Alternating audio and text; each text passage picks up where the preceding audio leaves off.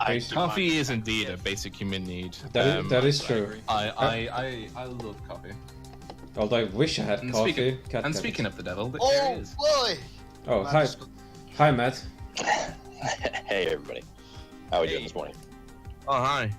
Oh, Matty boy. But doing good. You? Good. I'm just joining the stream here to see what's going on. You're powering through this. Yes, I've been doing for 12 hours straight now. I'm very, very fucking tired. Yes, teacher. This was your idea, though, right? Or did Whiskey put you up to this? This was Jenz's idea. I'm raising my hand. I told him this is a crazy thing to do. He wanted to do it anyway. Yeah, like I said, I'm gonna do 100 character rig, and Whiskey said, go, do it. So I did it.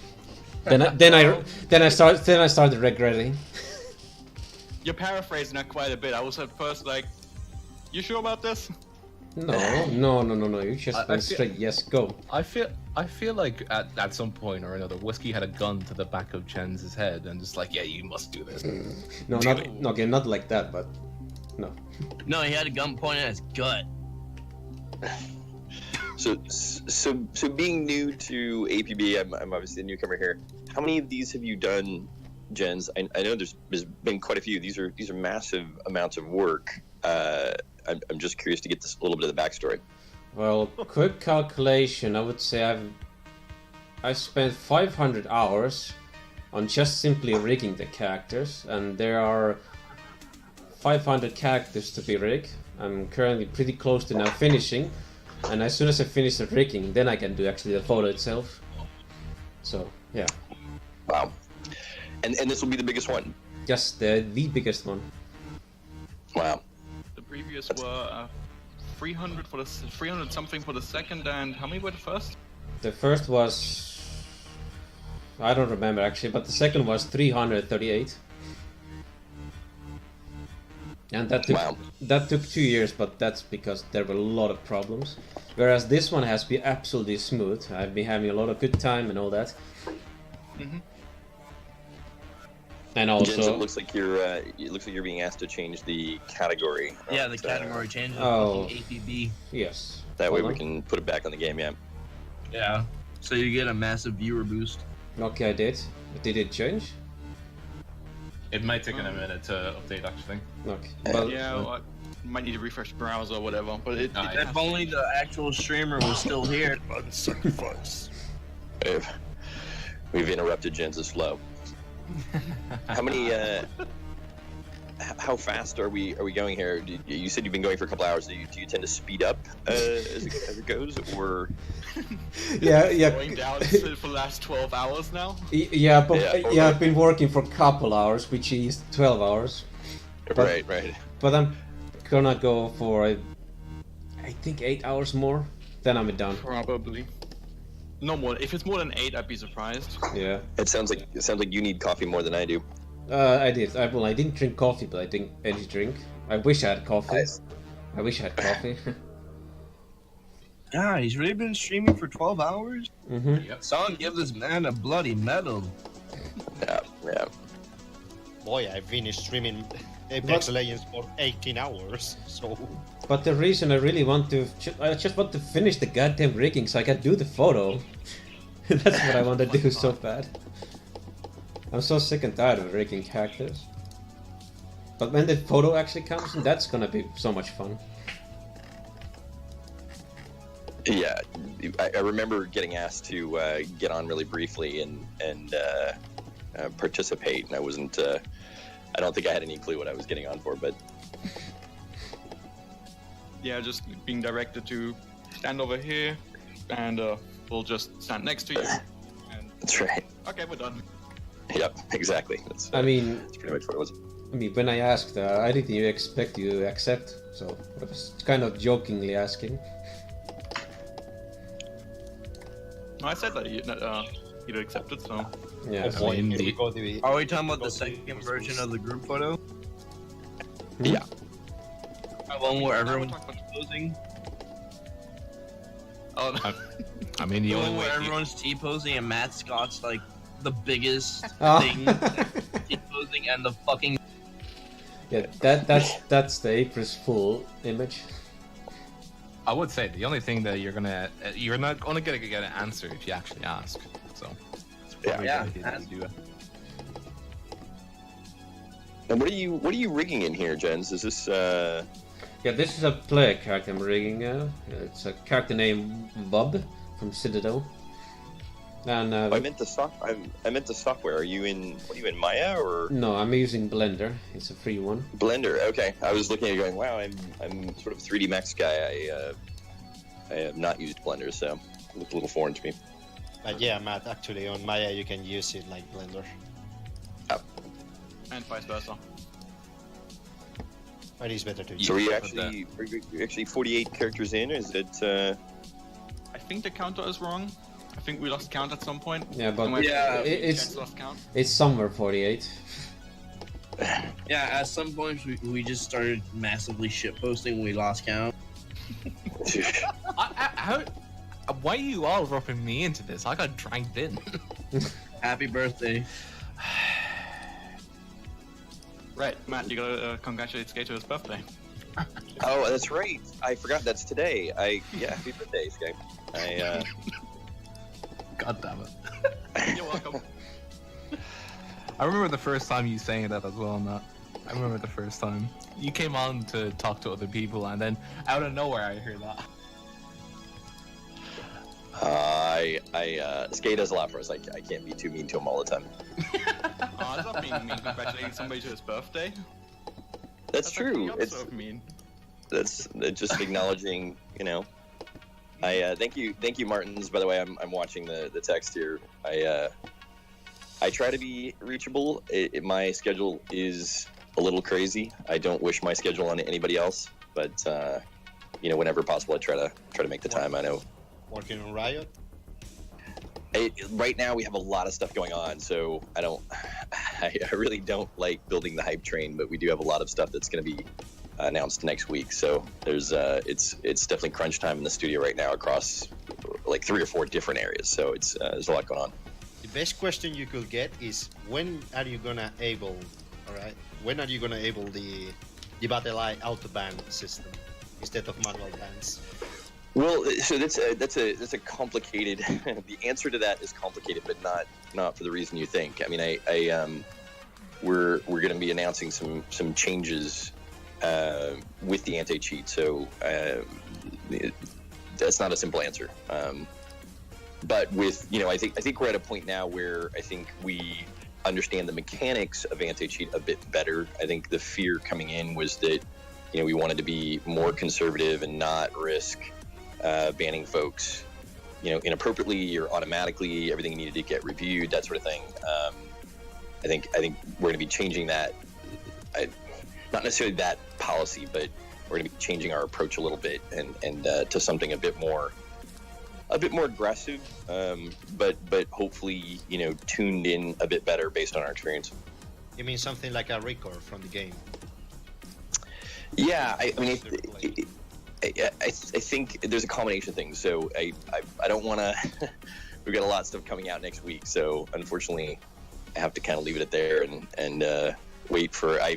My staff has worked on a number of different announcements and things, and so I don't want to spoil things.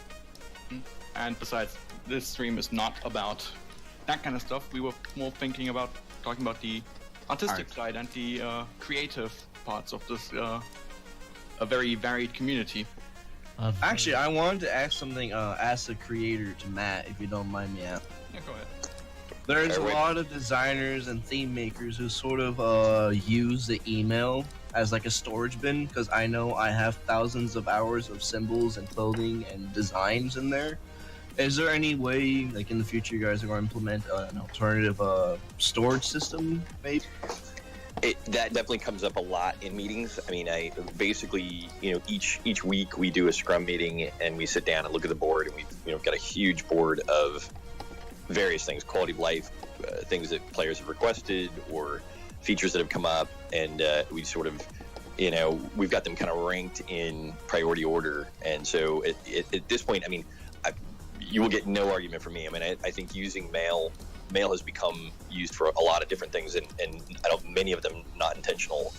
But I do think I think having kind of a traditional locker or inventory or some other better way to park things, because mail can also be a little bit transitory where stuff can get deleted accidentally and things like that. It's just not that great. And frankly, I'm not a fan of the interface either. So it's something that's definitely on the board. We've got so many things right now that we're going to be attempting to ship here in the near future that hopefully we can unblock the team on a number of bigger tasks that have been sitting out there for a while. Basically Nice. a bank, a game bank. You mean for storage? Correct. Yeah, like a locker. Yeah, some place that you can store those things specifically to keep them instead of just keeping them in your mail, because that's a bit broken. All right, thank you for answering answering my question. Fuck. Good try. Good effort.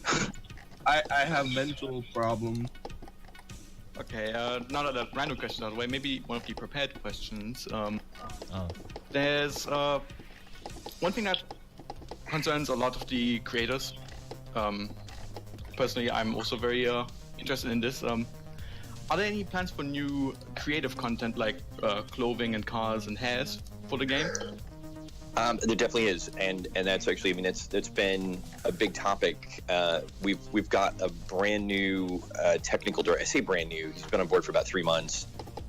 We brought him aboard. He is an Unreal 3, Unreal 4 expert, and his entire job was to come in and sort of crack the code. You know, we've done very minor things in terms of, you know, our ability to kind of put new content in terms of real content, right? Like, I like weapon skins as much as the next person, but I think real content really boils down to clothing, cars, actual weapons, you know, things like that. And so clothing is by far the trickiest, and I don't know, I never know how much the players know what our clothing pipeline looks like, but to give you a bit of a window, it's extremely complex to get things in the game. You know, it's not a direct translation. It's not like you go to Max or Maya or even Blender and build a model and then bring it in and then rig it to the character. It just doesn't work that way because it's part of the customization system. So the good news is we are in progress right now and at the tail end of our first new set of clothing.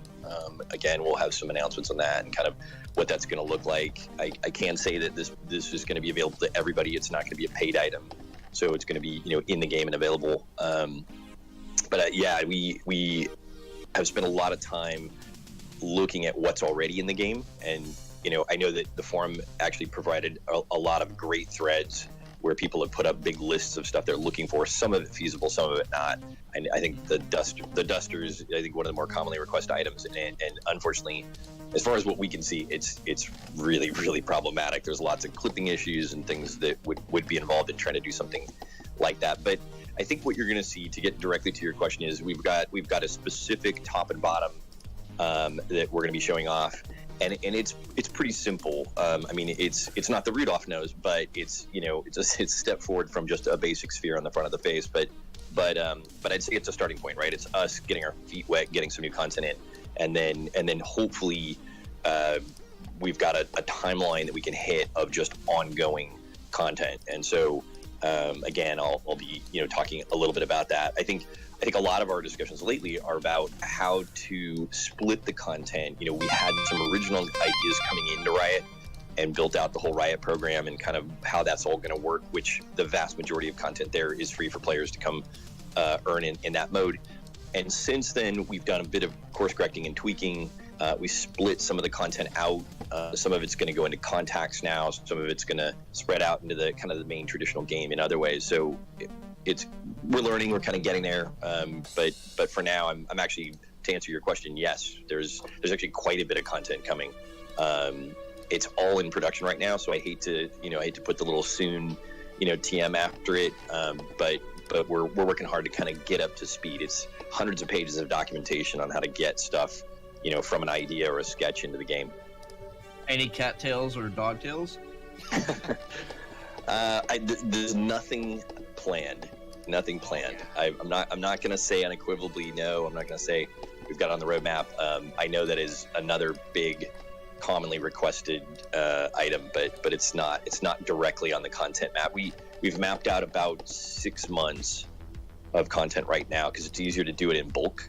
And so we had to kind of pick thematics and kind of how things would kind of tie together month to month, and how we kind of wanted to publish the content. So where was the content being surfaced in the game, that sort of thing. And so there's lots of stuff there. Hopefully the players will be patient with us. I don't want to set the bar too high, right? We've got a lot of work to do to kind of make sure stuff goes in correctly. Is there Nice. a mustache? But what about the? What was that, Kembington? I barely heard you. What about the schedule for the Reunition update when we get the Unreal Engine 3.5 on PC? I'm sorry, what was I missed a little bit of that question. So I think it was you said, what about the update on 3.5? Yeah, what about the Reunition update when we get the Unreal Engine 3.5 on PC and start looking like consoles, with the shaders and stuff like that? So I mean, 3.5 is a whole can of worms, and I'll defer to Jenz on how much we want to get into that topic here. I do kind of want to keep it art focused, but I mean, I can say, right now the thing that we are working on in 3.5, the work on 3.5 is actually done. Our art director came aboard, did a lot of work on the shaders, and so we've locked those down. You're right. So right now we allow the advanced launcher, we allow some config changes, and I'll be honest, that is an exclusion we've made to allow older PCs to play the game, right? And I've taken a little bit of flack from the community on, from players saying, hey, these other players are cheating. For now, since the creator of the advanced launcher was kind enough to share it with us, I've allowed it. I don't want players to have problems making the game, or getting the game to run on their PCs. You're right, going into 3.5, that is locked down. So players are not going to be able to edit shaders, players are not going to be able to edit, the advanced launcher won't work, things like that. The config file itself will still be there, and I think we'll allow players to go in and edit the config. Anything in the config file is something we're literally exposing to be edited. So if it's there, things like mouse sensitivity and things that's things you can edit in game. You can edit the file. That's not a problem. But it is important for us. There are key features. In fact, I'll go so far as to say that we're planning for 3.5 that we need to be able to lock those shaders down so that players can't have an unfair advantage. What about text edits, where we change the thing saying, enemy kill to that will teach him? He was tagged. I can't weigh in on that yet because I haven't looked at that system. I've looked specifically at the shaders. I've looked specifically at other areas. I don't know how easy it's actually going to be able to edit that stuff anymore. A lot of the changes in 3.5 lock down the file formats, just like the shaders. And Okay, I know so, some players do that to help speed up the game, and they don't have to sift through a bunch of text, things like that. What really got me let me Yeah. redirect the conversation when this is not supposed to be about 3.5. I actually had an extension to my original question that I wanted to ask because I think this is an interesting idea, and that is if you have considered allowing community members to submit content for you to implement, sort of like how PlanetSide 2 has the, I think, user workshop or something like that. You mean like what the Joker shop was gonna be? Yeah, like the Joker job was originally intended to be similar to that concept. Yeah, I mean, it's another topic that has come up extensively, and I'll go on record saying yes. I want to do something there. I think the general consensus is that we're still crawling before we run, right? So, and opening the door on something like that. I mean, we have existing content moderation problems in the game now that I want to make sure we've addressed correctly before we start opening the floodgates and allowing for user-submitted content.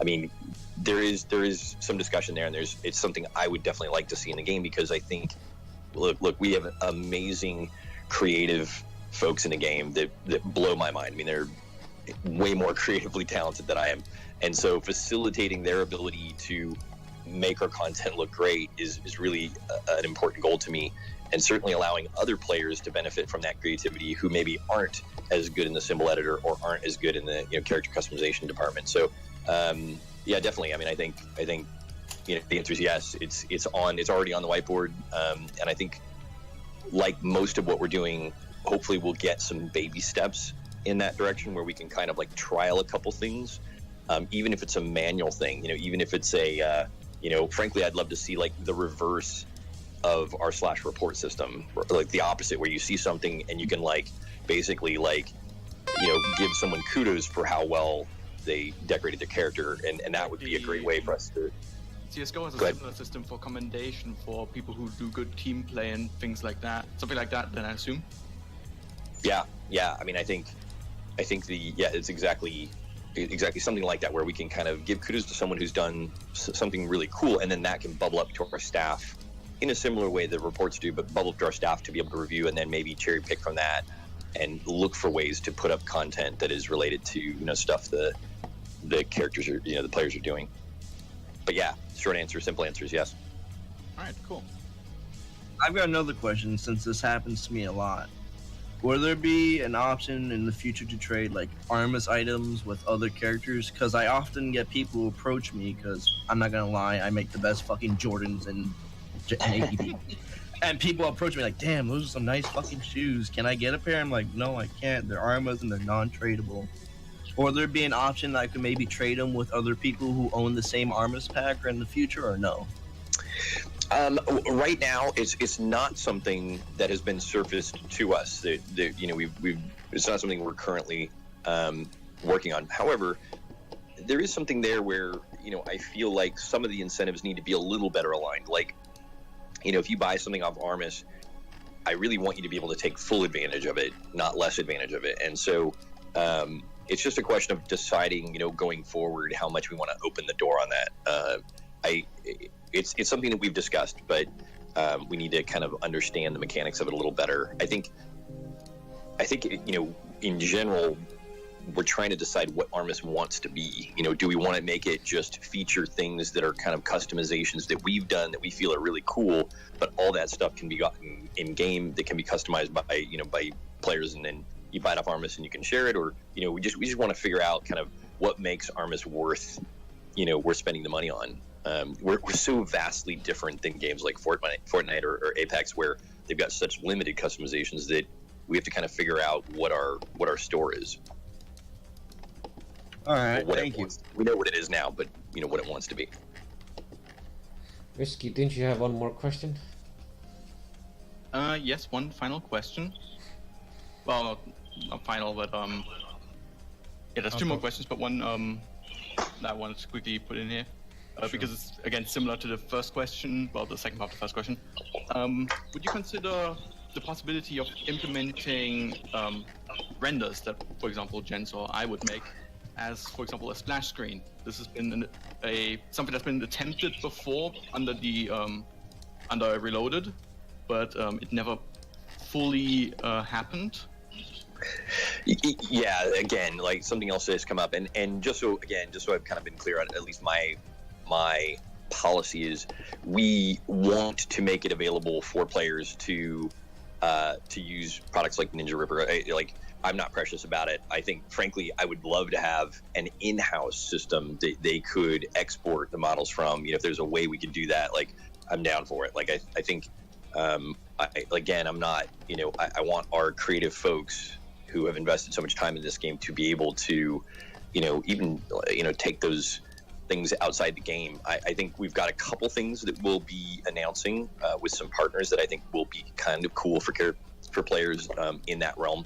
But we had a lot of hard. we tried with BattleEye to open up Ninja Ripper or other things like that, and it's complicated. It's just there's certain hooks that those tools want that are similar to hooks that are used by cheats, and it's really, really hard to distinguish between the two in any kind of meaningful way. Once we started to open the door there, we just realized okay, other cheats could spoof this and do things, and it just became super complicated. We're not giving up on it. It's something, as we move forward, we're going to continue to kind of work on. Mm-hmm. But yeah, I want, your idea is great, where as I believe what I understand is there's a point where, as a player's getting into the game, they're not in the game yet, but those tools are available, right? It's on like a splash screen or an intro screen, and players can kind of use those tools in the intro screen to be able to do captures and rips and things. But once they get into the game, then maybe we lock it down or something. So there's like a hybrid where certain one thing that I've mentioned very early on, that was at the point where your team was still trying to understand how the game even works, would be like if you were to implement an older style of the login screen to just display your equipped weapon and your car, that would basically solve most issues.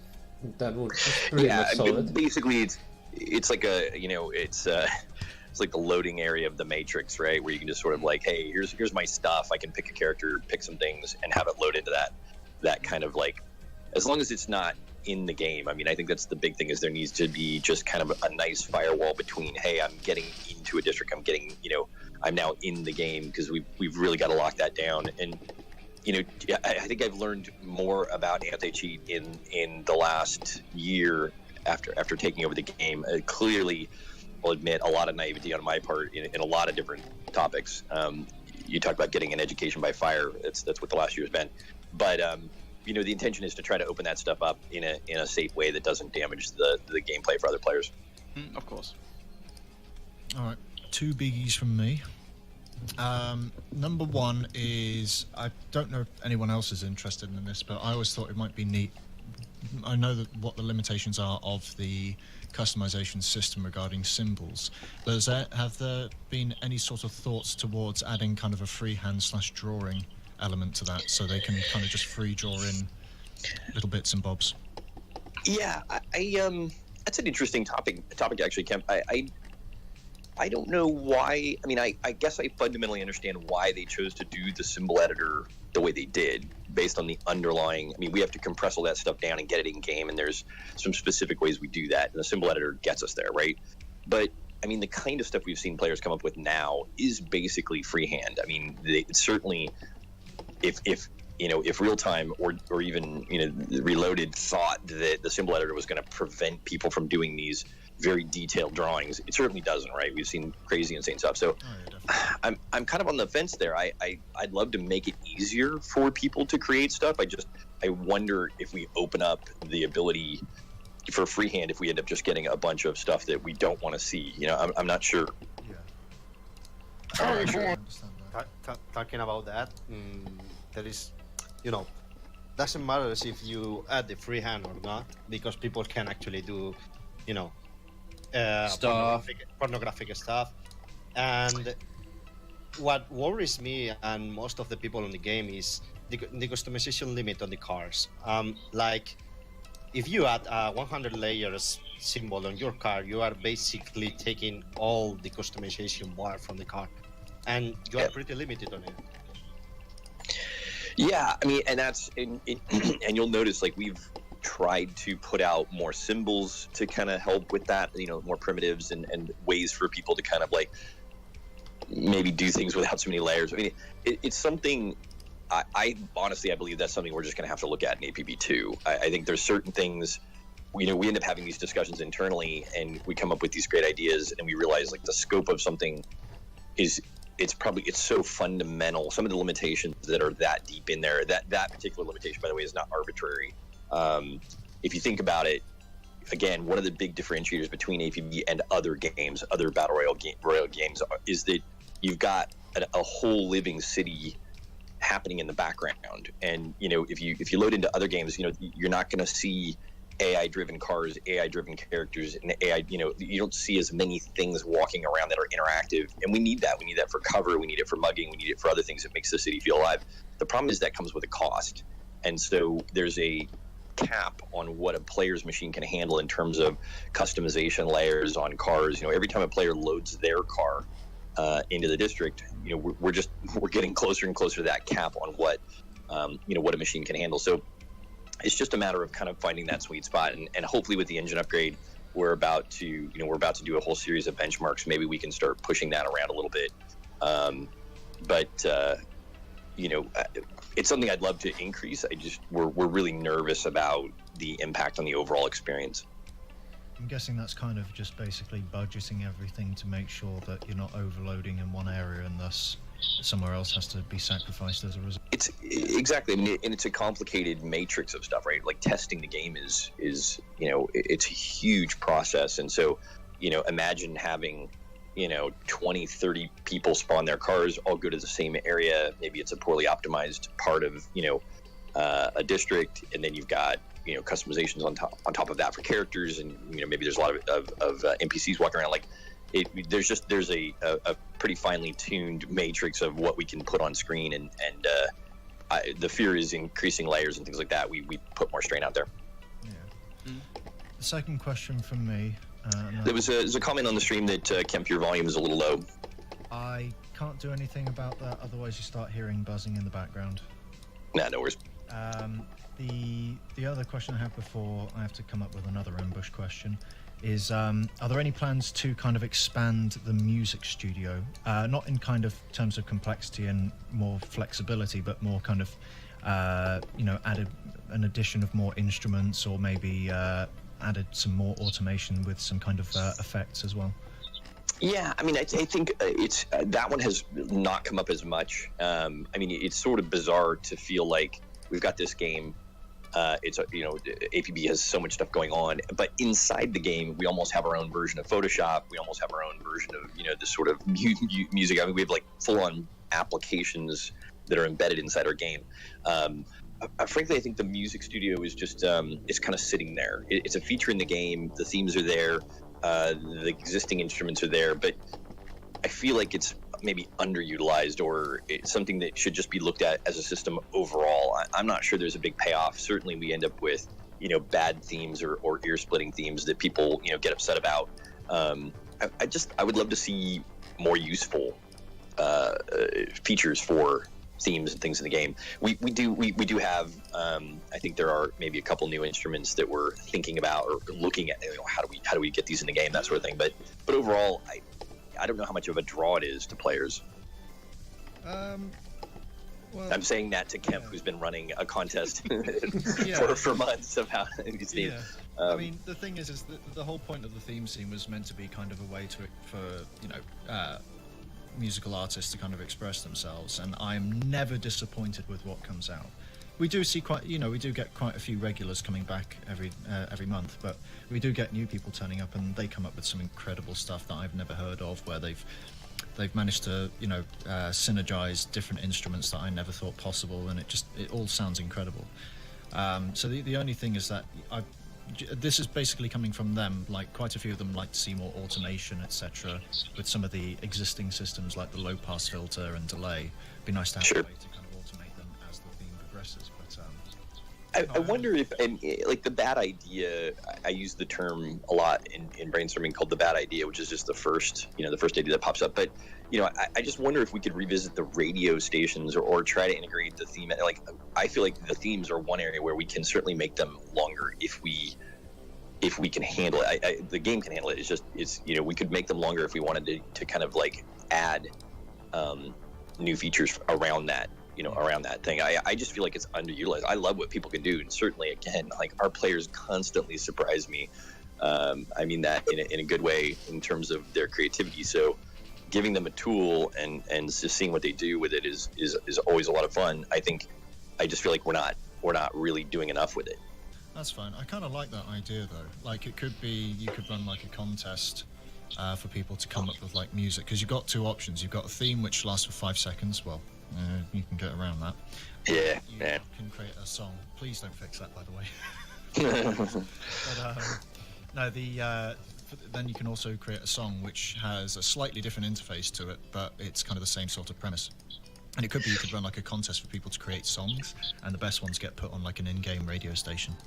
Exactly, something like that, where I just feel like there's so much put into that system. Like most aspects of the game, it's a hugely deep and complex game, and it's just a shame that some of that stuff doesn't get surfaced better to players. And really, to me, it's about audience. If there's creators in the game, then I want to build audience in the game, and that way the creators have someone that wants to see their stuff. Of course, yeah. Sort of just reviewing the text or making sure we not missing anything. Talking about music on the game, I think, I've been thinking about this since 2012, that it will be cool that we can actually make everyone listen our songs that we import into the player. that was meant to be a thing.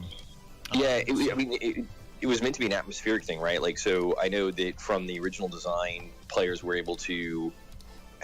It's a weird feature, actually, if you really look at it. But they were able to import their own music list, so you could drive around, listen to your own stuff, ostensibly licensed, legit, real music that you've bought. And then if the other player had the same song, they could drive up next to you and hear it, or they could, they would hear the same song. If they didn't, then there's a system that would match it up to like the closest equivalent song. But I feel like some of that stuff just went off the rails a little bit, and nowadays, it is nearly we're coming up on our 10-year anniversary with the game. I think some of those concepts need a bit of tweaking, and maybe a different approach entirely. Ooh, just came to my head. So, I'm not sure if you've heard of the game Tower Unite. I'm not familiar with it. No. Okay. So basically, there's a feature in Tower Unite where they have these screens in the game, and they can be represented by monitors, like a theatre room, etc. But what they do have is integration to YouTube and SoundCloud as well, so people can request either a YouTube video or a SoundCloud link, and it will actually play that, and everyone in the area that has that element enabled will be able to watch it in time with everyone else, kind of like SyncTube in a way, but actually in a game. Yes, but that works with Chromium. You have to implement the Chromium inside the game to make it work out. I think there's other ways we could do it, but I mean, here's the real challenge. I mean, there is legislation in the EU now about use of copyright material and use of stuff, and we've really got to get our head around that first before we get into certainly we have plenty of UGC sort of elements in the game already, and that has the potential for people to make Marvel costumes or to make copies of rap song themes or copies of things, and so we've got a bit of work internally to kind of make sure that we can keep the game and all of its content and the ability to create content free of issues there.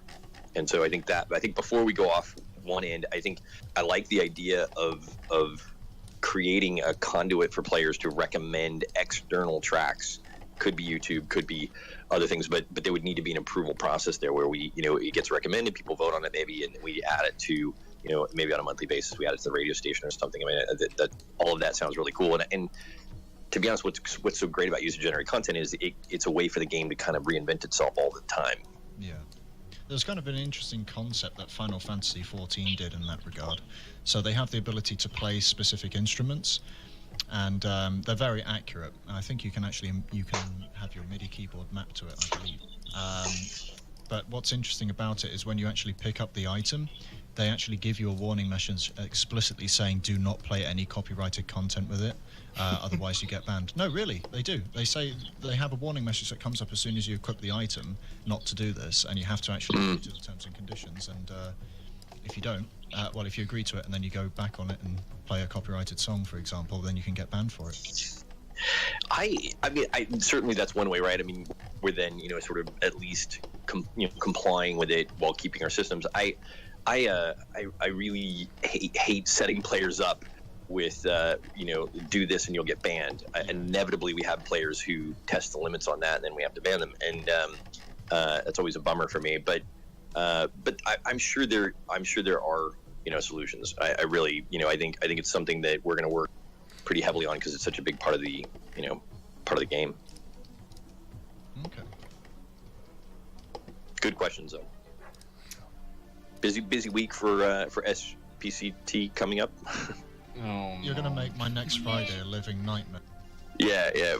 By the way, for anybody who's on this team or anybody in the game who feels that SPCT has this glorious, really super fun job, I can assure you there's plenty of days of them sitting in a channel waiting for our build to come through, and then we give them a build and it's completely broken. They spend hours to download it.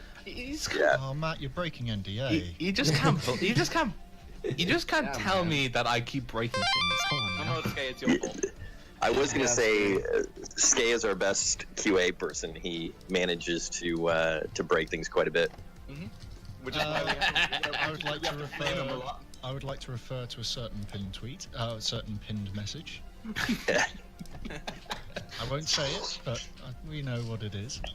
Yeah. So now I've got more ammo against me. I am now a birthday boy that breaks. That's right. That's right. He's throwing his toys out the pram. I don't want to go on record saying that if players find something broken in the game, it's Skay's fault. But It's Skay's fault. I thought I was the reason why we couldn't have nice things. Yeah, that's usually That's kind right. of nice things, but Skay is at fault for things breaking. Oh, And okay. That's right. sometimes also working as intended, but mostly breaking. Fair enough. I'll take that. There have been multiple days where I was cursing Skay for finding another bug and then forcing him to do another bug. But at least they get trust found. me. So in truth, he's doing a service, so players don't have to go through that. Trust me, if you thought Skay was bad, imagine having Dopefish on the SBCT. I don't. I've been told. I obviously don't have a lot of first-hand experience there, but I've been told he's also good at that. He is a connoisseur of it. Any game he gets into, it's not how to play. It's I wonder if I can get out of bounds. Jenz, there's a couple folks who are at least one on the stream here. Are you okay with some questions if we keep them art related? I think that would be my rule. I don't want to hijack your stream. I'm enjoying watching you rig at lightning speed here. Is it lightning speed? Compared to novices do, yes, definitely. Oh, I thought I was going too slow. I'm not gonna lie, watching Jen's rig is kind of like... It's hypnotic. Therapeutic. It's not only hypnotic, it's slightly surreal just watching eyeballs teleport into place and shit. I think it'd be interesting for us to do a stream at some point with one of our 3D artists to show just how weird it is to get, items or clothing into the game. I wonder sometime if players would be interested in seeing kind of how that stuff is made. I mean, Love that. yeah, I would love to see that. I have a very rough idea of just how awful the system must be to work with, because I kind of know how the system works from basically reverse engineering from what I see in the rips.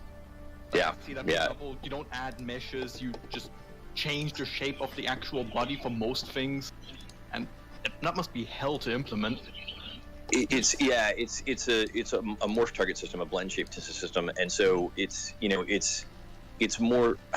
such a bizarre process that we've had to really reinvent it. Like if you want to do something, and believe me, I have ultimate respect for the clothing that's in the game, knowing how they made it, because you go out, you get this super high resolution model built for a leather jacket, let's say, and you do all these amazing things to it, and then none of that work directly goes into the game. You need to bake out a normal map, you bake out a couple other things from that, and then you transfer it to something else and do a bunch of sculpting.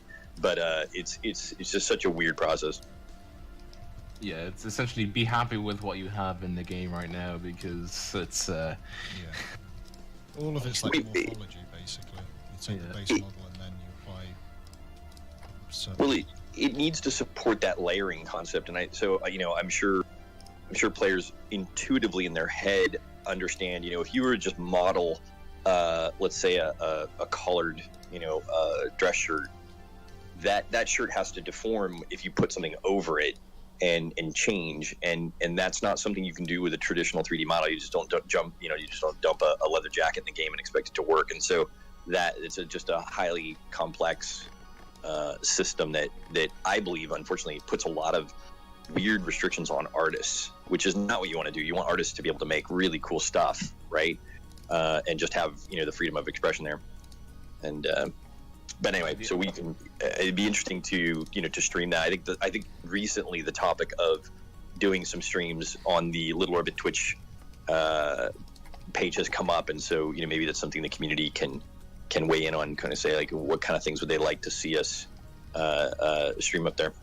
You could take a page out of some of the other devs that they do on Twitch, where they will go either through some new content that they're working on internally that they want to show off, or they're talking about a system that they're working on, or they give kind of a bit of an insight to the creative process or the development process of maybe some content that they're working on at the time. So it gives them a little bit of a heads up to what's going on, but it also gives them a bit of an insight as to how much effort is actually put in the process. Yeah, that's a good idea. I mean, I think it's something we can look into Let's look at the feed here. Yeah. Mind if I slide in a question real quick? Sure, go ahead. It's actually a question Kazma's asking, but he's otherwise occupied right now. Do you have any plans for like external versions of the in-game customization things? Like, for example, an external version of the theme designer, symbol designer, clothing designer, etc., etc. I would absolutely love to do that. I think that, especially like the symbol designer and the theme designer, things that are sort of discrete, right? That you just do on your spare time, or you're on your lunch break. I mean, I personally, I think both those would make really great, mobile tablet apps. Not necessarily mobile phone apps, but tablet apps where you've got a bigger surface and you're sitting there and you want to kind of like mess around with something. I think the logistics of getting that done are very tricky. But certainly I'd love to break some of that out. I think it would get used more. About It'd actually be awesome if we had we had like a daughter app that worked on mobile devices, and you could just fiddle about with it and then import it back into the game. Yeah. I mean, you can do some stuff indirectly, but to do it directly would be awesome, especially if you're doing some. Well, I think I think you just log into your account and it would you'd be able to kind of access that system as you just directly logged in, which I think would be cool. Here's a very good question. I'm going to try and word this as best as I can based on what people are saying in the chat. Would it be possible to export as a save a customization profile for a model? So as you have with symbols, where you can drop up to 100 primitives on it and you create like whatever design and then you drop it onto a car. Would it be possible to in the future to maybe have it so that you can save the profile of a customization thing that you have? So let's say you've put some nice designs on the back of the car, on the front of the car, and then you could do an export where it saves that information to a file that you could then actually sell on the marketplace. So instead of selling the whole car, you sell the actual design for the car. That's I think a good there's one. I think there's something to be done there. I mean, I think we'd have to think through that. Once we get into like saving sections of the car, but not the whole car, that concept kind of doesn't exist, and so we'd need a different hook or a different, a different way to kind of prompt the player, kind of like, we'd need a little bit of a different nomenclature, I think, on that to kind of say like, call it an element, a design element or something, so you could, like you said, save some kind of halfway point between the entire car and a symbol or design, but somewhere in the middle. The idea I had in mind was it wouldn't save what kits you put on the car or anything like that, or kind of what different parts of the car you put on. So if you put different tires and whatnot, it wouldn't save any of that. It would primarily just be, the paint job. Premium, I think. Yeah, just the paint job basically. So it would remember what coloured paints you used, and it would remember what symbols you put on there. If you didn't have the saved symbol, if it was a custom symbol that someone saved, if you didn't have that, it would tell you, but it would try to put like a placeholder there, like a square there or something, to say that you're lacking a certain symbol, but it would just save the profile to say this symbol goes there, this symbol goes there, that sort of thing. Sure, kind of placement. I like the idea of paint job, right? That's clever. Would be interesting, and I don't honestly know the answer to this. I'd have to ask the art team, but it is whether a paint job would translate very well from car to car. And I don't know the answer to that. I don't know if the cars were modeled with any sort of consistency in terms of the layout. But man, for me, that would be cool if you could take a paint job from one particular car, make it available, and have someone apply it to a totally different car. No, what I think they were applying was like, for example, you make a design on a normal Vegas and you can apply it to a 4x4 Vegas. It's still the same model car, but just without the that's fair. I think that's easier. That's easier. Yeah, I don't think people would be too bothered if there wasn't cross model transitioning of these kind of profiles or spray paint jobs. It would be classified under the vehicle, and then this is the paint job that comes. So then you can just choose a paint job from the marketplace that people put up, and you can apply it to that car, but it has to be that car that you have. Yeah. Cool. I think it's a good idea. I wanted to talk about the mobile apps. I was thinking about when you were talking about that. That's a thing now. I was thinking about that. It would be cool to have a mobile app where you can access the marketplace and edit your, customize your cars, clothes, that will be, it is a simple work. Yeah, I think the more, honestly, those are all great ideas, right? The more you can kind of take APB with you when you're out and be doing some of the stuff you would be doing, in front of your computer or during downtime. I'm up for all that. I think, unfortunately, it's not high on the list. There's just so much stuff we're trying to get out the door right now. But they're all great ideas. I think anytime, like I said, anytime you can kind of like take a break and be able to do that stuff would be super cool.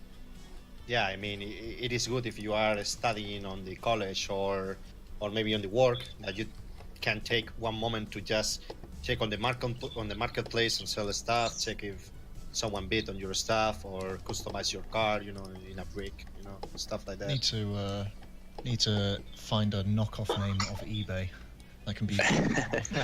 You know what would be a better idea if you could just like zoom in on stuff on the market? Because I feel like the current way the market works is if you're trying to buy a shirt, it shows your entire character and you can barely see the shirt. Sure. I think that has come up quite a bit in terms of, in general, I think we probably have a number of things we'd like to fix with the in-game previews or, looking at something in-game. I think across the board, probably not showing off enough there.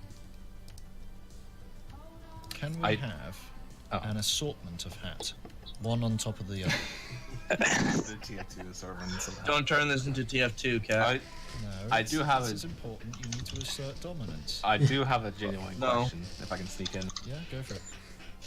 Well, it's actually 3, but I'll go for the first one that pertains to me. It pertains to me specifically because I've done personal. The color system in APB for symbols and stuff like that. I think I know the answer to this one, but I'm gonna ask it anyway. Why is it limited to such a small palette?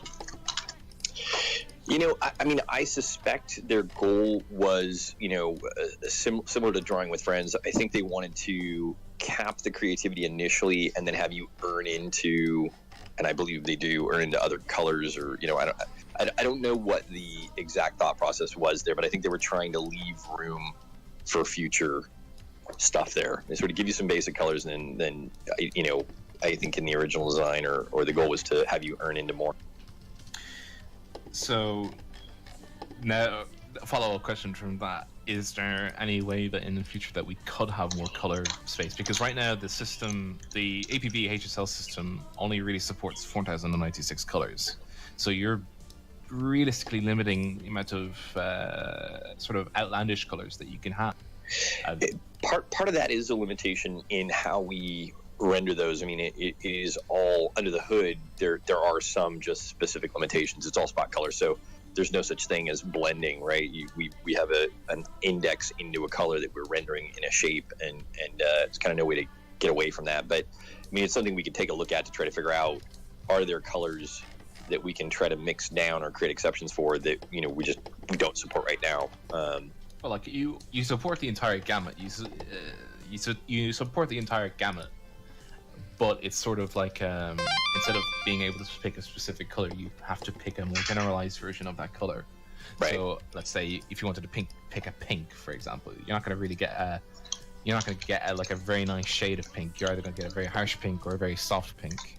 Yeah. And I hate to do this, but I'll just give you the link because I had worked on creating a converter that was supporting the system that it is now. You can get certain colors. Yeah, I'd have to go look at the color space because it sounds like it's a similar issue that we see when you go from like RGB to CMYK. There's just certain colors you can't make, and that's when you hit it, gamut, things like that. And so I'm not informed enough to really know. I'd have to go look at the color space and see what the limitation is there. I know there's limitations in the underlying tech. Another reason you made the color converters because I pestered you for a fucking year about it, Skay. No, Skay, can't you do something along the lines of just using the alpha channel and then blending the colors with two symbols on top of each other? You can do that in APB, but it doesn't provide it. it doesn't reliably provide a nice color. So if you have but it gives you a bit more leeway to work with than 4096. It gives you a little But it's also just a waste of symbols. Yeah, but you want that slightly color, you're gonna have to pay for it. But, for the benefit of the actual conversation, I've linked the converter I created. It's just based on how APB does it in its own process, which is convert from a standard color. Let's say you pick pink, and you get the individual hue, saturation, and luminosity values, and then you convert them down to what APB has, which is 32 by 8 by 16. Yeah. And That's but the crux of the matter is that it is only 32 by 8 by 16. Even if it was doubled on all the numbers, you'd get much more colors. And you get a much more variety of colors available to the To end. be fair, sorry, go on. Was it? Yeah, I think you're what I was going to say, I mean, just to repeat the question back, or the statement, it sounds like what you're asking is why don't we go to 32 saturation or increase the index on luminosity? Well, the question is that the question was that why are we limited to such a low number? Right. And we already answered that question. And my next question after that would be essentially in the future, maybe within a year or so, maybe 2 years, could we see something, maybe an expansion of the current system, let's say? Yeah, maybe. I mean, look, it would be something we might want to try out internally. Take some values if you want to submit a possible range of values that might be more attractive. Then we could just throw them in there, do some testing, and see what the system does. I mean, it's possible that could be a trivial change. I think a lot of this comes down to how we bake down textures. So we just would want to test that system and make sure that doesn't just grind to a halt as new players are loading into the district. That's very true. And you also have to consider the fact that not everybody has a Space Marine station like us. I haven't got a computer, I don't know what you're complaining about. But yeah, I can understand the technical limitations and the fact that we do have to keep in mind the most amount of people. Not bad English, but you get the idea. Is that we have to consider the worst case scenario? Yeah, we have to. Yeah. We're sort of always planning for the worst case scenario. And having to test something like a gamut change where we increase the available gamut would be a bit of a chore, because you'd have to test on so many different system configurations. And the big issue as well, I think, which would come with testing anything such as raising the budget on any of these items, would be you'd have to get into an environment where we have a maxed out district with everyone with unique designs all running around at the same time doing missions, and just see how the average computer handles it. Yes. Even if you've got a top end machine still running at 120 FPS in the game with everyone running around going guns crazy, then if you've got average Joe Schmo with an i5 or like a Ryzen 5, for example, and kind of a mid-range graphics card and maybe only 8 or 16 gigs of RAM, how is his machine going to handle? Is it going to chug away? Is it going to cause a house fire? Or is the game just going to crash and go, lol, sorry, out of memory? So that's kind of, I think, one of the bigger challenges. I mean, hopefully 3.5 is going to help up those limits a little bit, but at the same time, I'd say probably got to err on the side of caution, just in case those limits get up too far, and as a result, the trade-off of 3.5 hopefully being better across the board in terms of performance may be offset by the budget being increased, and thus no one really notices the difference in performance. Yeah, I mean, Kemp brings up a number of good points there. Stuff that we've really tried to take into consideration with 3.5 specifically was, I don't think we can do both. I think we're trying to kind of take a middle of the road approach. We're trying to, right now, the core focus is to make sure that 3.5 runs as good or better than 3, period. We know that there are a lot of players that have less powerful machines, and I don't want to. A lot of them have waited 4 years, literally, for this to come out. I don't want to disappoint them by coming out with something that is so, subpar. Yeah, well, not necessarily subpar, but just like that only runs on high-end machines, right? I don't want to be like, hey, by the way, we increased all these budgets to have this amazing thing, and now half our player base can't play it. And that's that's a very real concern for us. So I think it's baby steps, right? I think I want to get this first version out. I mean, we have entirely rewritten the renderer on a number of different levels to try to get to that benchmark. And I know we have a big set of tests coming up this week that are really important. Oh, actually, that's just from a hypothesis sort of standpoint. Would it be possible to create kind of a system that would only render a certain amount of player vehicles, their customization specifically? I'm sure APB does this at the moment anyway, when they're out of the visible space anyway. But in the chance of as a custom, as a graphical option, would there be a way to implement a system which limits how many customized player items are rendered in the same visual space? I think you're touching on. I think there's ideas there. It still comes down to how difficult it is to really test the end result, right? I mean, we've had issues getting a full district in one of the worst performing areas with a bunch of customizations, with a bunch of units. It's really trying to find that one stress test that helps us define the benchmark there. So I think it's something we're just going to have to do internally, where I think post 3.5, or when we're really close, we're going to have to come up with a test that we can set up internally, even if it's AI driven, where we just load up some of the most complex customizations, all the cars we can get in there, and then look at those kind of issues. Okay, now how do we dial it back for lower end machines, right? Well, we loaded X number of cars. We know that the benchmark needs to be 20 or 30 customized cars in the district. Where's the cap on that? But even then, you guys have all seen what it looks like when a character loads in. The question is, what is that gameplay experience like now when I'm seeing a bunch of cars run around that aren't customized? I was going to refer to the current efforts, but if you don't want to talk about them. I just sent you a DM, because I'm not sure if I'm allowed to ask it or not. Oh, let me, sorry. I apologize to people on the stream. I know a couple of them are saying, are we reading text, that sort of thing. I'm mostly relying on Whiskey and some of the people in chat to kind of surface stuff. I want to be respectful of Jenz's stream. It's not my stream. I got on because they asked me to kind of come on and hang out for a bit. But I don't want to bring up one question, because it is worth asking, even though I already know the answer. Increasing the texture resolution for cars and characters. Yes, please.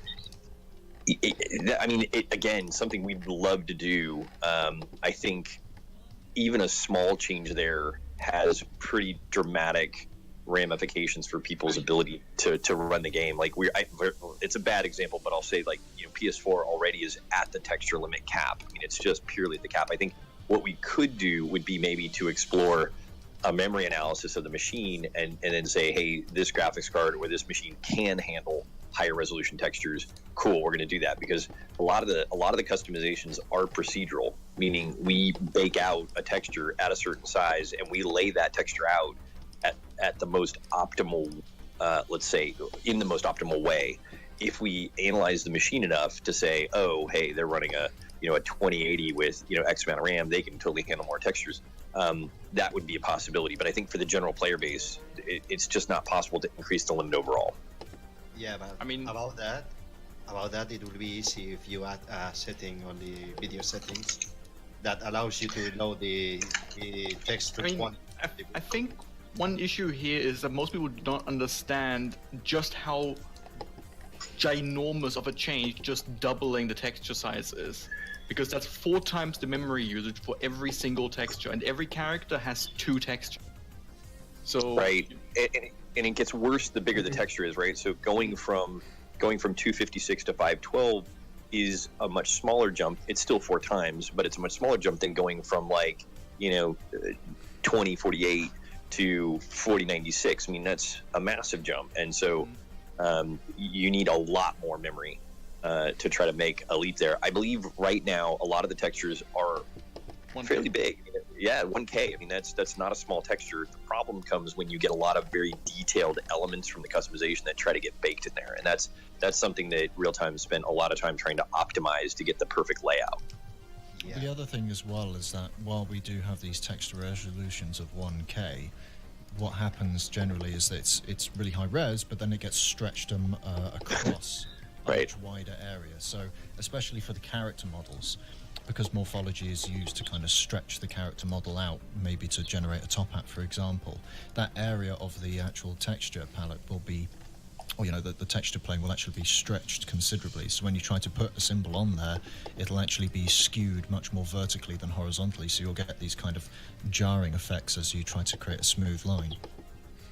It's definitely something we can, to answer the original question, it's definitely something we can look into. I think we didn't intentionally, we didn't push the graphics envelope on the 3.5 work. We want it to look nice, and just by virtue of it being 3.5, it will look, in my opinion, I think it will look, slightly nicer, but it's not a huge visual upgrade. The purpose of 3.5 is to get it taking advantage of modern day hardware, to get it running better, to get it running smoother, to eliminate the hitches. There's all kinds of other goals we had for that, but I think we could I think post 3.5, we could start to look at graphical enhancements that just improve the overall sort of look.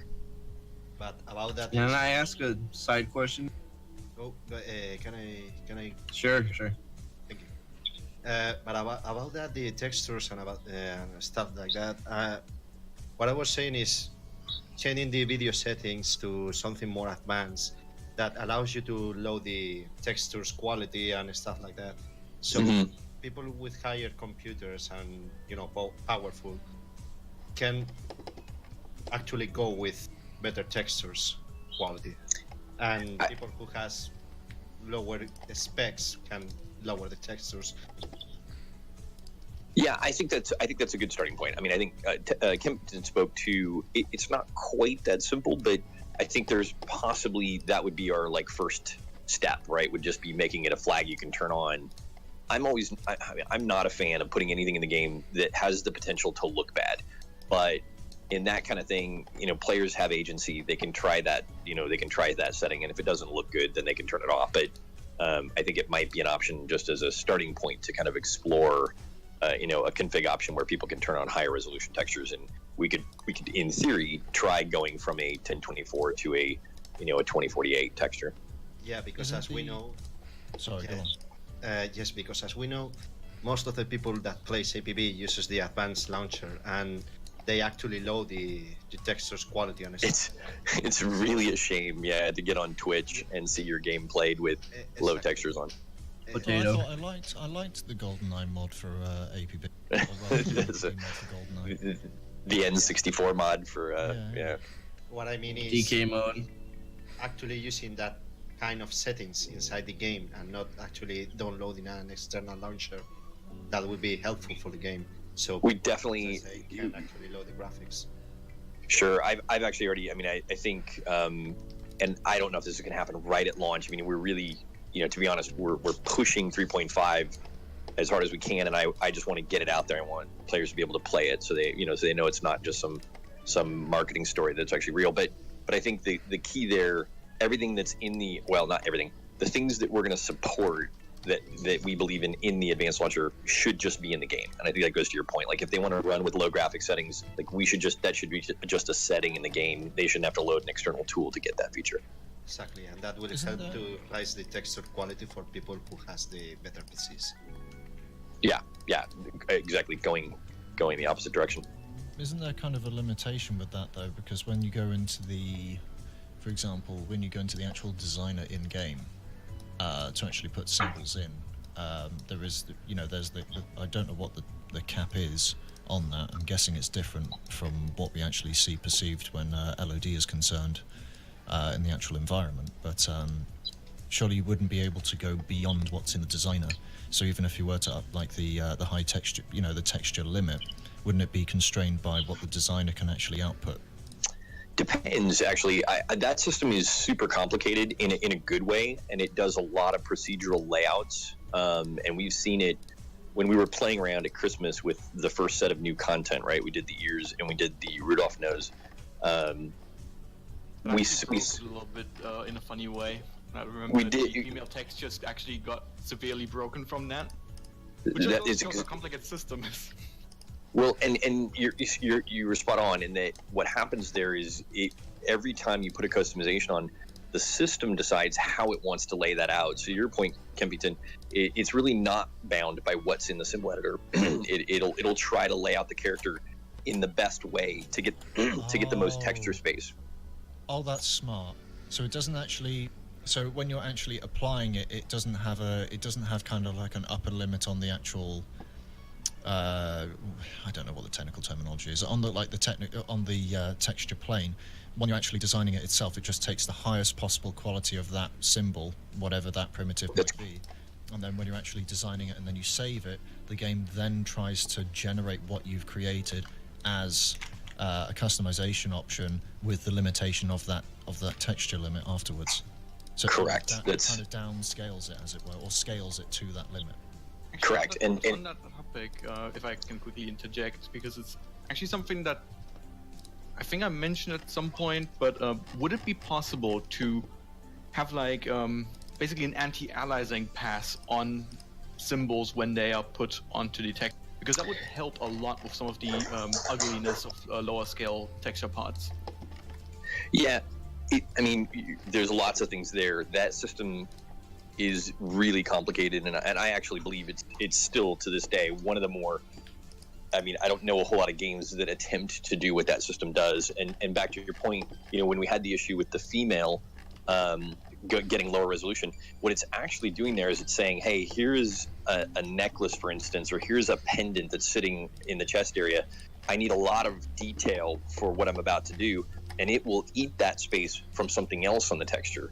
So what you typically find is if you do a lot of detail, let's say in a shirt, but your pants aren't as detailed, the system will dynamically shift texture space to the shirt and downplay the texture space for the pants. I mean, obviously there's a cap there. It can't downscale or upscale everything, but to that point, I mean, we would have to get into the bowels of it and kind of figure out like how to optimize that a little better, because it's already doing a pretty good job. We just get in some weird cases where stuff just becomes too detailed overall, and then something somewhere on the character is going to take a hit. Yeah, it's very common that if you put too many like extra meshes, like for example earrings, necklaces, sunglasses, and all that, I think first the toes and eyes and inside of the mouth becomes super low resolution, and then it needs even more space. I think the left hand gets scaled down as well. Yeah, those are some very specific. You've obviously spent a lot of time with this. It has an entire heuristic of how to weight the model, but I mean, you're right. At some point, it's just going to start scaling things down, and bizarrely, I mean, there's even more. I've seen even worse artifacts than that, but it's something that we could take a look at. I think by and large, it's pretty good, but you just have to be careful of kind of what you try to put on the character. You mentioned the extras, and that is the number one place where, if you think about it, we can pre-plan texture space for shirts and for pants and even for jackets, because the system is smart enough that it knows if you put a jacket over the top of a shirt, it's literally rendering into the same texture space. You're not losing any of the extra, losing any extra quality. If you load up on extras, the system has to find that space. That space is not pre-allocated. And so you're right. As soon as you start putting on all these little extra bits, your texture becomes a mess.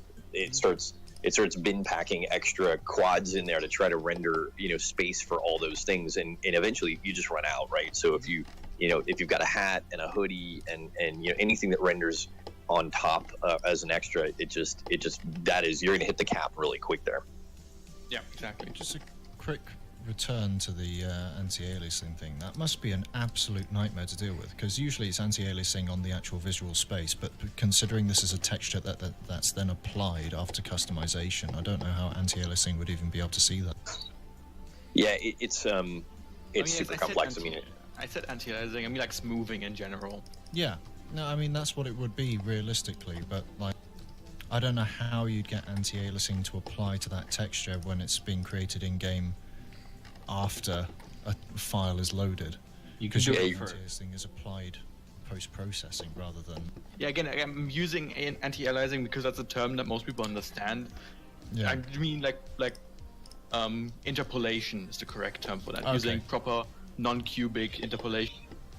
Yeah, and I I can't speak to that. I mean, I know that it does. You're bringing a symbol in, which is at its heart a vector, and that's key, right? So we're dealing with something that can scale. Then you're projecting it, and that's where you're going to rasterize that at some level of either anti-aliasing or no, right? It's going to get projected into a 2D space or wrapped around something, and you do, in general, the system can handle that pretty well. The third step is then to shift all that information around the texture space to get the character to be as detailed as it possibly can, and that's where you typically run into problems. Especially with like squishing and stretching on certain parts of vehicles. And, Squishing and stretching, not every aspect of every piece of clothing was necessarily mapped in a really flat 2D plane, so sometimes you'll get some issues there. Plus, just texture space. At some point, the system decides, hey, imagine what goes on under the hood there. It's inspecting what we call the texel density, right? The density of shift in color and detail at the texture level, at the pixel level in a texture, and trying to determine, is this highly detailed or is it not detailed, and then weighting how large of space it takes in the overall end texture. Okay. Oh god, I just forgot what I was going to ask. Sorry, that got super technical and it just. That's fine. For me, it's excellent. Scott, my synapses are shutting down. I like these Jenz technical and I were data just stuff. sitting here we were just sitting Wow. here like, yes, all the info. Yes. Yeah, We were I was all along. whiskey and. I was just watching Jenz's viewership drop. We lost like 20 viewers as I went into that explanation. I think most Empty. people just kind of had their eyes roll to the back of the head and just go, oh, yeah, sure. No, the other thing I was going to ask is, this is kind of more towards opening up the customization a little bit further, not dramatically so that it undermines another thing. Simply put, so we've got lovely cool weapon skins. Is there any sort of plan in the future to have a limited version of it, which is a blank palette that people can then put their own simplistic designs onto, so with a very, very, very harsh limit onto it? So we're not talking like how crazy some of the skins are actually on some of the weapons at the moment. But if we were to look at, for example, some of the present weapon skins in the game, like high-tech, The color skins. future tech as well, the color skins, would there be any sort of plan to introduce a weapon skin which is just known as like the palette skin, for example, where players can put very simplistic, not custom symbols, but basic primitives onto it to add like their own small little design to it? First, I'm going to applaud Kemp's attempts to mitigate this request as much as humanly possible. There was a lot of texture of five maximum, no more. I unfortunately, having looked at the weapon skin system, I don't think it's feasible. It's something certainly in, like, let's say, in an APB2, we should explore that space. I mean, it seems like a natural space to open up for players to customize. The weird thing about texture weapon skins specifically is internally. I'm going to try to figure out how to put this in most succinct terms. So the guns themselves do not have consistent UV layouts for texturing. And so what that means is our internal team, every time we do a weapon skin, you have to go across all 145 guns, and there's a tool that we use which lays out how that skin is going to look. And that it just means everything is hand placed. And so there's no real good way, I think, at the moment to expose it, even with just a simple set of customization, like a blank canvas or a couple colors that you can just put some things onto. It's so varied, and the weapon skin system is it's so embedded in the game. I mean, one thing that I can, from my own reverse engineering of the system when I was making the materials for Blender, that I found is basically you have two color masks that, when put together, map out 7 or so different areas on the texture. Mm-hmm. That could maybe let you implement some system where you can modify the specularity and color of those parts dynamic. that should technically be possible, I think. I mean, the coloring the weapons, like magazines, barrels, and also adding chrome, gold, all of these should be pretty easy, simple. Carbon fiber. I mean, the thing I was going to try and say, to kind of draw it back a bit further, so players couldn't put their own custom symbols and put where they're placed. So then it has to, generate a file that goes, okay, by the way, when the player loads in, put this on this weapon specifically. It'd be more. Would there be a way in the future, maybe in 3.5? It'd be a huge task to undergo, but to go through each weapon model and associate specific parts of it as parts of the weapon, but under a general system. So you'd have like receiver, barrel, front grip, foregrip. It's less consistent like that. That's the issue. You can't give them names. Yeah, it's I think there's, if I off the top of my head, and by the way, on the stream there, yeah, when I say APB2, I am mostly referring to some future Unreal 4 version of the game. But I'm not please don't start quoting me and saying, oh, they're working on a crazy new sequel or something like that. I think the one option might be to try and build a weapon skin that is designed for this, because on our end, what they have to do, I mean, they have the ability per weapon skin per gun to scale and shift how that texture sort of wraps or how it maps in. And so, to the point that was made earlier, there's no consistency in terms of stock or barrel or something like that. What we would have to do is maybe design a specific weapon skin that is the quote-unquote customizable one, break everything up properly, and try to expose some version of that. And it's probably just a bigger task than what is on our roadmap. But the skins are just overly complex right now. We'd have to basically make one specific one that could be the jumping off point there. Oh Christ, is the whole... I don't want to kind of jump the gun here, but is it basically the model set and then the entire weapon has just one texture palette, and then the skin is then just put onto that in certain areas, and then that's just wrapped around. Yep. So it's not actually correct parts of texture.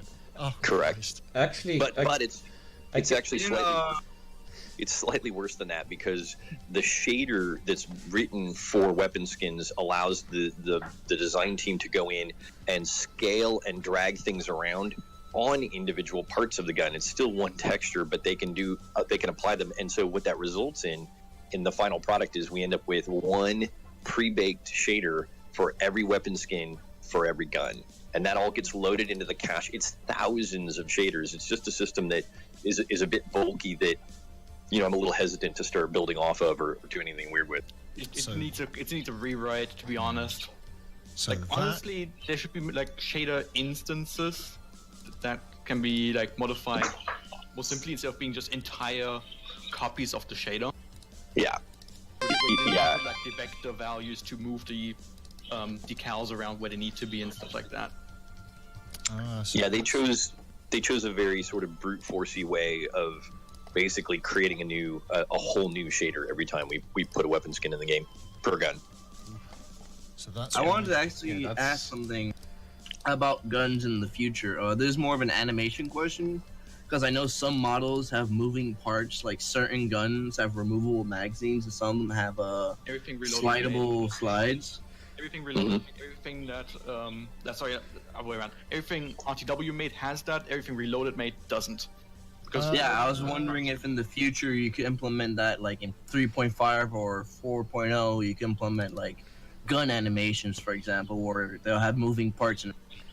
I don't think that's necessarily true. If I remember how the original APB did it, it was a case of when it was at a certain point the animation, it would. I can't even remember if it was. There were animations related to it. There were, but it wasn't. It wasn't like there wasn't for the reload animation where the mag was pulled out. It was. I don't think it was an actual model that was baked. It was just a 2.5D texture, I think, that was then dropped to the ground and simulated.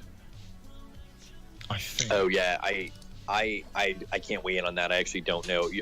I suspect that Kemping is right. I don't know that we actually spawned like an extra model and then animated that. Oh no, that's not It what I might- mean. Like, I mean, this system doesn't exist at all anymore. Anyway, that was removed way early on when Reloaded took over. I see. Because they didn't want to have the extra. I think it was design overhead of having to animate the weapon for the slide or bolt or whatever moving. Also, if you Yeah, wonder yeah. how the reload actually was, the magazine just dropped straight down. So if you were running, the magazine will almost like follow you and also going down. So Yeah, it wasn't actual animation. It was not like spawning a new object. It was just the magazine was weight painted, yeah, like that. just but Yeah, bone, which in the animation was decided. This drops down onto the floor, and then reappears in the hand of the player to then put back into the. yeah, exactly like that. Right, I don't think right.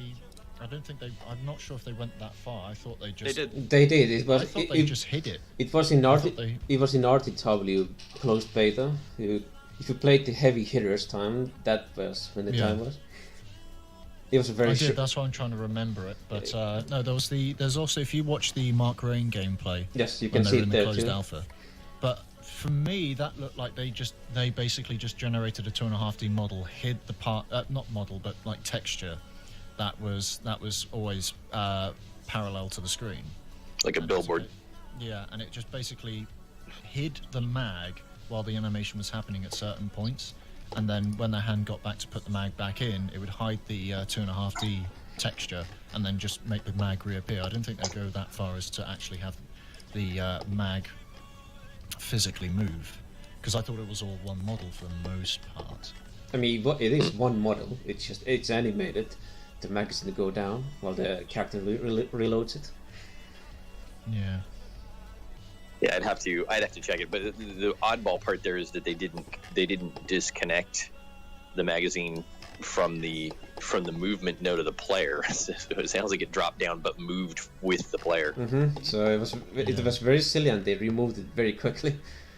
Because it But I wasn't think seeing like it, the it was slide and bolt moving animations were kept until, I think Reloaded removed it at some point. there was for the HVR, not the Scout, but the HVR had it for a long time, even during Reloaded for a little bit. I don't think there were any moving parts on the NTEC, though I can't remember, but I know that there was a moving part on the Scope 10 tech before they redid the model to allow it to form within their new system for skins, because they couldn't actually apply any skins to any new weapon skins to the NTEC scoped model because it was out of date and didn't have certain things on it. I'm not entirely sure. You'd be correct. That's around the time when they changed those things.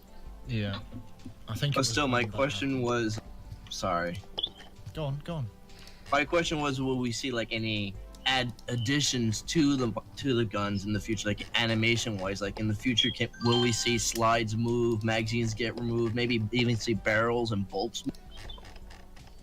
It's a great question. I can probably say it's not at the top of our radar. I think there's other things we want to fix first. And the difficult reason, let's say the reason behind that is that we would have to, in my opinion, we would have to go through all the guns and do that, right? It's not something where I wouldn't want to introduce some brand new gun that has all this fancy animation on it and then have it, that would feel out of place now because, the other guns don't have that. So it would need to be an overall pass. As somebody who has a lot of knowledge about the weapon models, because I've been working a lot with them, you need to basically remodel half the gun to have any moving parts. I think it's more than Yeah. half by now. Yeah, it's probably more than half, but you need to remodel a lot of the guns that Reloaded made. I think it's all the ones that Reloaded actually made and didn't reuse as an old asset have no moving parts. Well, have no individual parts at all. I think. Yep. That the only one that is slightly technically not true to that is the Pack of Revelations weapons, because they all use exactly the same receiver. So they had a modular design for it, and they just Yes, but you slapped still can't different animate parts. them. No, but no. What I mean is they had a model for the receiver, a model for the stock, a model for the barrel, a model for the mag, etc. But what they did is in the end result, they just slapped those bits together and then rendered it as one model, I believe. So there was absolutely no way to move any of it.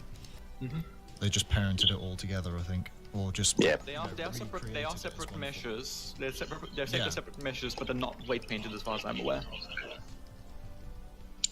It would be, I think it would be a substantial project to try to go through, detach all the faces, try to finish out the geometry to make them all discrete elements, and then try to animate them. I think it would be, I mean, maybe at some point we can look at just doing kind of a visual pass on all the weapons and sort of saying, hey, we want to, improve the poly count on them, or, get in there. The texture resolution is a big one, actually. And again, Yeah. memory limits. On that subject of kind of looking over the weapons and whatnot, would there be any sort of plans in the future to, again, this is not fully artist related, but some additional animations to certain weapons as well to kind of improve some of the reused animations on some of the weapons, which fit to a point but not entirely, but just to, give some of the weapons at least a decent animation for them. I don't know what 3.5 is going to allow for, but it would be nice to maybe start investigating the possibility of improving the library of animations that the game has. Obviously people want emotes, but it'd be nice to have that just as a sign of polish, I think. Yeah, no, I mean, I think it's something that's come up, and for a while, I mean, I think it was a bit of a mystery to us in terms of, okay, if we wanted to support a new gun, we certainly put the showstopper in, but a lot of the work on the showstopper was already done, and so just knowing and documenting, here's what it looks like when we put something in, here's the animations required, and then really honestly going back and expanding that list, or saying, hey, we want to do a whole pass to try to just, improve the library of animations to make it all just kind of look a little bit better. And maybe if you do that, have a look at the PDW 57, so that it doesn't have a shoehorned magazine into where it's supposed to eject the round, and have an actual P90 reload animation from the top, and maybe have the Norsemen have a proper reload animation. Well, some of the animations do respect IK. Like when you do idle animations for most of the guns, you can see the hands, do time shifting to holding grips and holding, bits of the gun. If the animations, the stock animations for reloading, aiming, and all that kind of thing, if they could be converted to the IK system that AVB does have, that does go some of the way to addressing some of the the most clear example right now is in my head. I can think of all of the bullpup designs, like the Vassar 2. You're basically taking an individual mag out of the gun, an invisible mag out of the gun. You're not actually reaching behind the gun. You're just using the pistol reload. Yeah, and it's a case of it's the system currently for those animations. They haven't been converted to the IK system, which APB does support. I would say, I would say probably one of the places in the game in general that's not held up very well is the animations. That whole animation system. I mean, the IK system is great, but it's not used. We have a lot of just pretty, I would say, poor baked animations in the game that are pretty noticeable. Yeah, I'm really not a fan of most reload animations in the game. They all feel kind of lackluster. Yeah. There's definitely not a lot of character there. They're pretty they're pretty bland. Yeah. So I don't want to take up too much time on the stream. We've already gone a little longer. It's about an hour and a half.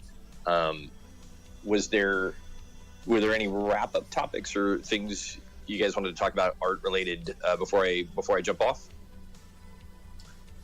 Actually, I'd say we could probably do a final point of discussion, not question, but just sort of go over a general point of, let's say, we could talk about let's say implementing a basic model, for instance. We could go do a general sort of, this is how from A to B you could do it. Is it? No, I'm just spitballing my ideas in this chat. You could do a general topic of, maybe the community might be interested. Actually, I do have one question. This is related to just simply ABB, fun stuff. There was one patch G1 released that made me pretty angry is adding out of bounds all over the map. And back in the days, we used to, make a ramp using security vans or ambulance and just jump around and land on the roof and do little fun stuff. But the G1 removed a lot of the fun stuff. Is there any chances, removing the out of bounds while you're outside of the mission? But once you're in the mission, then the out of bounds can work.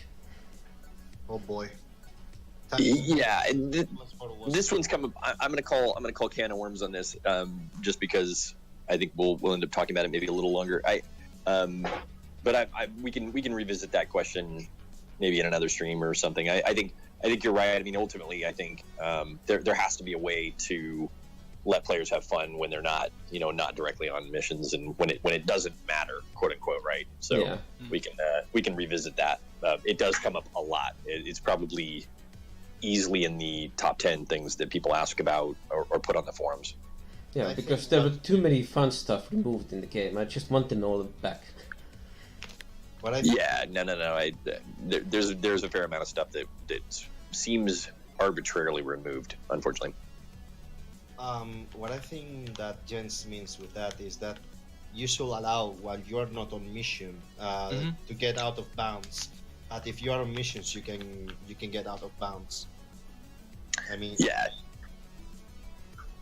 no, I understood the question. I think, I mean, obviously, if you're not in a mission or, not competing with someone, then I think getting out of bounds is, likely okay. I mean, there's still a couple other edge cases there, but it's something we're going to take a look at.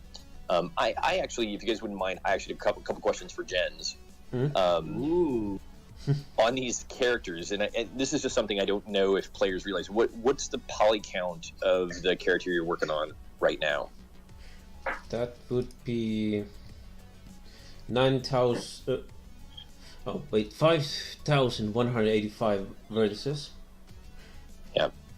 Which is not Faces, not vertices, but this is our bad count to go by. okay. Let's go with the faces, which is 9,163, which is kind of low. It's kind of low. Yeah, and I think people people in the stream were watching and seeing kind of looking at the density. This is our highest resolution too, so I think they it's curious to me at least. The game looks pretty good, all things considered. I mean, I think other games are doing higher poly counts in real time and certainly at the highest level of detail, or let's say lowest level of detail, the most polys. How do you feel the poly count is for the game related to other games in terms of the aesthetic and how it looks? Honestly, I find it's very, very, very well balanced. Like it is low poly count, but the whole mesh looks still quality, and that's what I always liked about AFB. Yeah, I mean, if you compare that, for example, to let's say The Division, they had a single jacket there has more than 9,000 polys. Yeah, which is kind of ridiculous. So you can make an entire character look good with just 9,000. It's pretty impressive, if you ask me. And I get the more polys don't necessarily translate to detail. You can actually make a low poly model look very detailed by using a very nice I think mesh on it, or not mesh, but texture on it. There you go. And I'm pretty sure I think it's mostly texture work there. Yeah.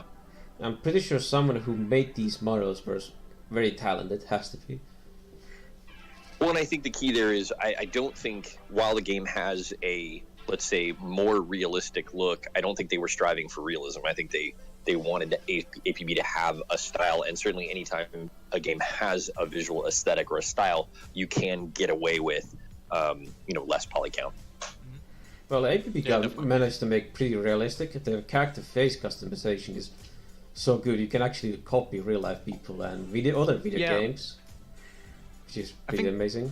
One thing that's very interesting about that point you made, Matt, is while it is stylized, it is still very close to realism. It's a very unique style that is I almost want to call it timeless, because even though this is a 10-year-old game in development for much longer than that, it still feels good, if you ask me at least. Sort of Yeah, like an I mean, Uncanny Valley level. It's just below that. I mean, you're right. I don't think they. I think they knew there was a cap to which they didn't want to go to, because you do get weird uncanny valley issues. But honestly, I credit Dave Jones, the creator, with the decision on where to draw the line, and really I also credit one of our internal producers who spent a ton of time digging into the original Creative Vision docs and the original RTW docs that talked a lot about their goals and philosophy that directed the art style, directed the gameplay. Like they wanted this open sandbox, and you'll notice that there's no superpowers in the game. There's no let's say overtly fantasy elements in there. If you want to dress up as a superhero, you can, but they defined the game around something that was based on a real world city, but that let players kind of have their role play fantasy of cops and robbers without distorting that. So it's very interesting looking back at their original goals and in many ways trying to honor that with, as we move forward, taking lore seriously, taking aspects of the game seriously and not overstepping that. And they pretty much succeeded. The amount of crazy customization people have done is pretty amazing, from really realistic and from comical, superhero and everything. It's amazing. It's a pretty, I mean, if you really think about it, rewind the clock, 9.5 years ago, and think about the design vision, where they set the goal. I mean, they literally, I want to say they set the goal marker at 100%. I mean, they didn't shoot for a 70% game. They wanted the best in breed customization system ever. They set the bar pretty high, and they in many ways they achieved it. It's a testament to why the game is still being played today. Mm-hmm. I mean, the customization is still one of the best currently. I don't know what has better. Okay, some games have better textures, models. It's but the this best one, overall package. Yeah, because this one has the symbol editor, which is the biggest thing compared to most games. They don't have it. Well, there have been inklings of a quote-unquote symbol editor. The biggest example I can think of is the likes of Call of Duty. I hate to bring it up, but there has been inklings but not like full-on copies. But there have been inklings for the start of the system. Doesn't Forza have a similar system? Yes. Forza is the only thing that gets close. The only thing that gets close from a character customization standpoint, as far as I'm concerned, is Black Desert Online. That's legitimately the only one in years that's gotten remotely close to APBs. And that's even missing still like half the most of the important stuff. Oh yeah, the rest of the game is pretty mediocre, but the actual customization of the characters is very, very in depth. Yeah. So listen, everybody. I'm gonna need to take off. Thanks for inviting me, Jenz. It's actually been a lot of fun watching the process here, and I think you've got it down to a science. Actually, how many are you at now? How many have you finished drinking? 55. This character I just finished it, so there's still 18. Yeah, 18 more. And then I'm done with the rigging. Yeah, thanks. I really appreciate what Lorbit has done for the project. It's pretty amazing. Thank you. We're still lots to go, but thank you. We'll have some hopefully some pretty cool stuff, news coming out this coming week. So we can stay tuned for that. Nice. I saw some questions popping up in the feed there that I'm not going to answer at this very moment, but those answers will be coming this week. So hell yeah. Yeah, if you ever need a scene designer and scene poser for advertisements, hit me. I will give a shout out to the art community. I know that Lixel and has reached out and they have helped us out in multiple cases to produce stuff that we made. Yeah, all kinds of stuff for social, for a lot of the some of the ads that we put up to talk about an event or things. Our community has really been amazing in supporting us and doing customizations for things and helping us out. So as always, you guys make the game look great. It's your ideas and content that makes it fresh. So thank you. Thanks for your time, Matt. Cool. Thanks everybody. Thank Yeah. you for passing by, man. All right. Well, He's gone. Everybody go bazonkers. What do we do? I was supposed to let the shit. The teacher's gone. Let the shitpost begin again. Teacher's gone out for a smoke break. Quick, turn the tables around. I'm pretty sure he's still listening.